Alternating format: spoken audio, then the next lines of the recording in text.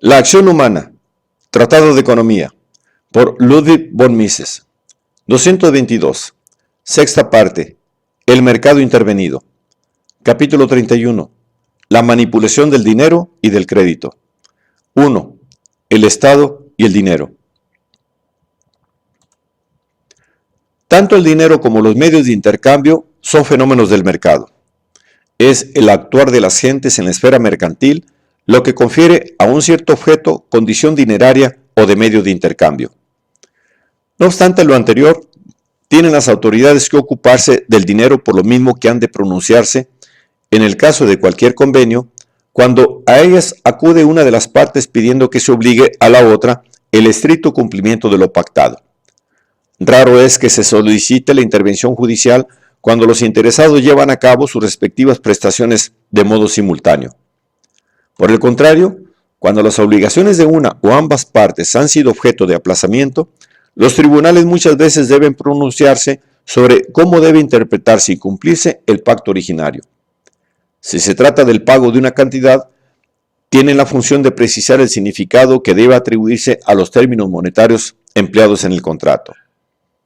Corresponde a las leyes y a los tribunales definir qué entienden las partes del contrato cuando hablan de una suma de dinero y establecer cómo la obligación de pagarla debe ajustarse a los términos acordados.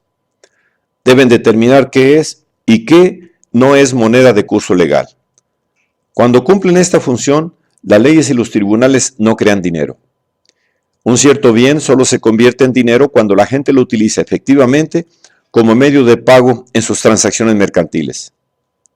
El poder público, bajo una economía de mercado inadulterado, al reconocer curso legal a determinado medio de intercambio, no hace sino sancionar de modo oficial lo que la gente, con sus usos y costumbres, ya ha establecido.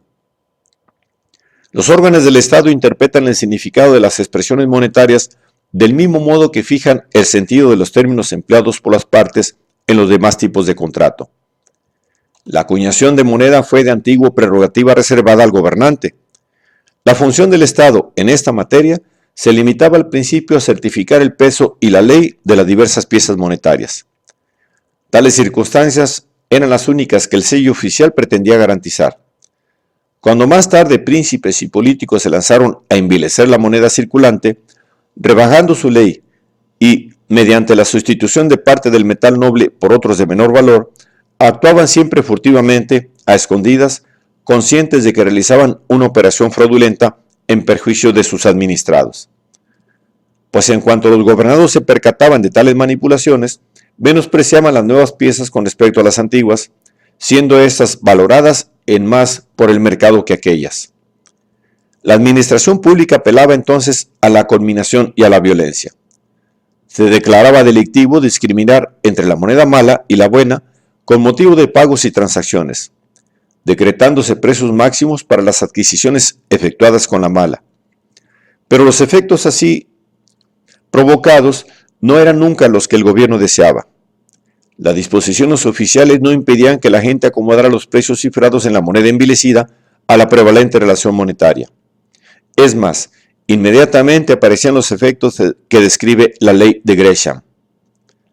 Pero las relaciones del gobernante con la moneda a lo largo de la historia no han consistido solo en prácticas degradantes de la moneda y en fracasados intentos por evitar las inexorables consecuencias catalácticas de tal proceder.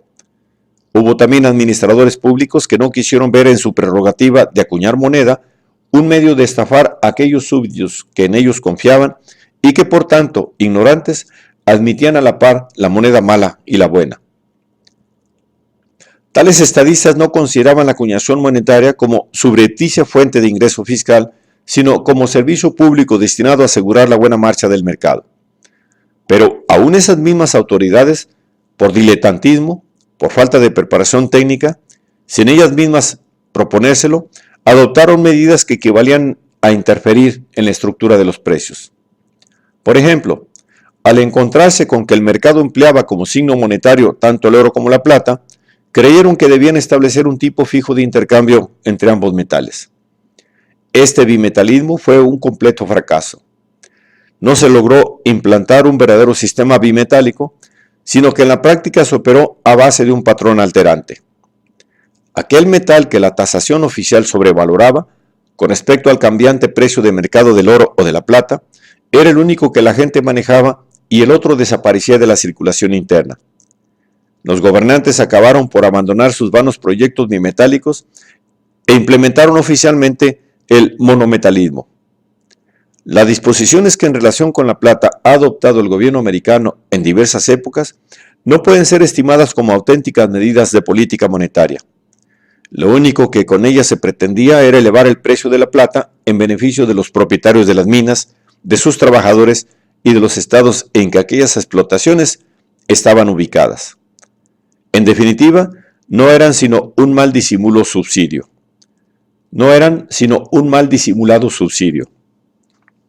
Su importancia monetaria se limitaba al hecho de que implicaban la creación de billetes adicionales. Llevaban estos de inscripción Silver Certificate, pero por lo demás en nada diferían, a efectos prácticos, de los emitidos por la Federal Reserve. La historia económica nos ofrece también casos de políticas monetarias bien diseñadas y fecundas, cuyo propósito era únicamente dotar al país de un eficaz sistema monetario. El liberalismo del dejad hacer no pretendió sustraer a la administración pública su facultad de acuñación, pero esta prerrogativa varió de signo cuando fue ejercida por políticos liberales. Dejaron estos, en efecto, de considerar dicho monopolio estatal como instrumento de intervención económica. Ya no se utilizó ni como fuente de ingresos fiscales, ni tampoco para favorecer a unos en perjuicio de otros.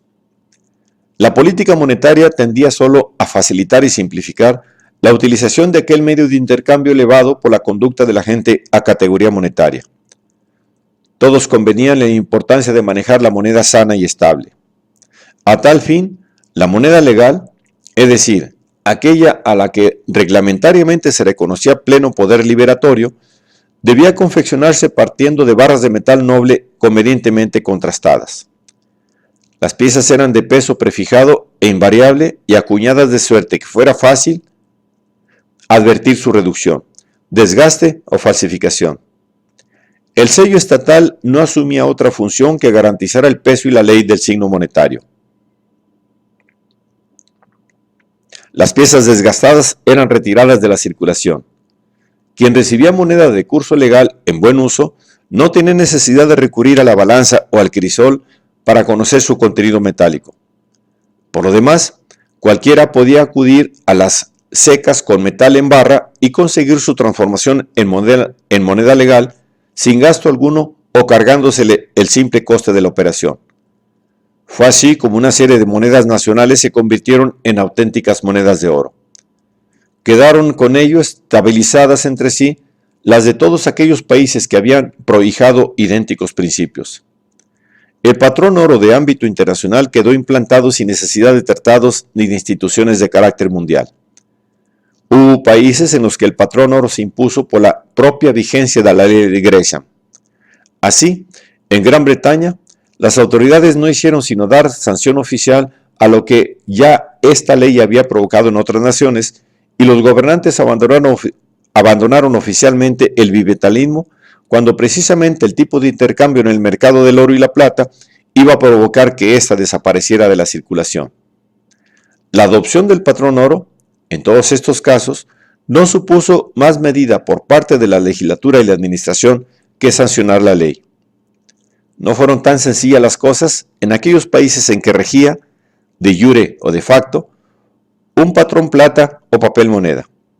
Así, Alemania, donde circulaba la plata, tropezó con dificultades cuando, hacia los años 60 del siglo pasado, pretendió implantar el patrón oro. El gobierno no podía adoptar el procedimiento seguido en aquellas naciones donde el mercado empleaba el oro como medio de intercambio y donde las autoridades se limitaron a dar sanción pública a una situación de hecho. Era preciso canjear las piezas de plata circulantes por nuevas monedas de oro. Ello exigía tiempo, independientemente de los problemas financieros que suscitaban unas masivas compras de oro acompañadas de unas no menos importantes ventas de plata.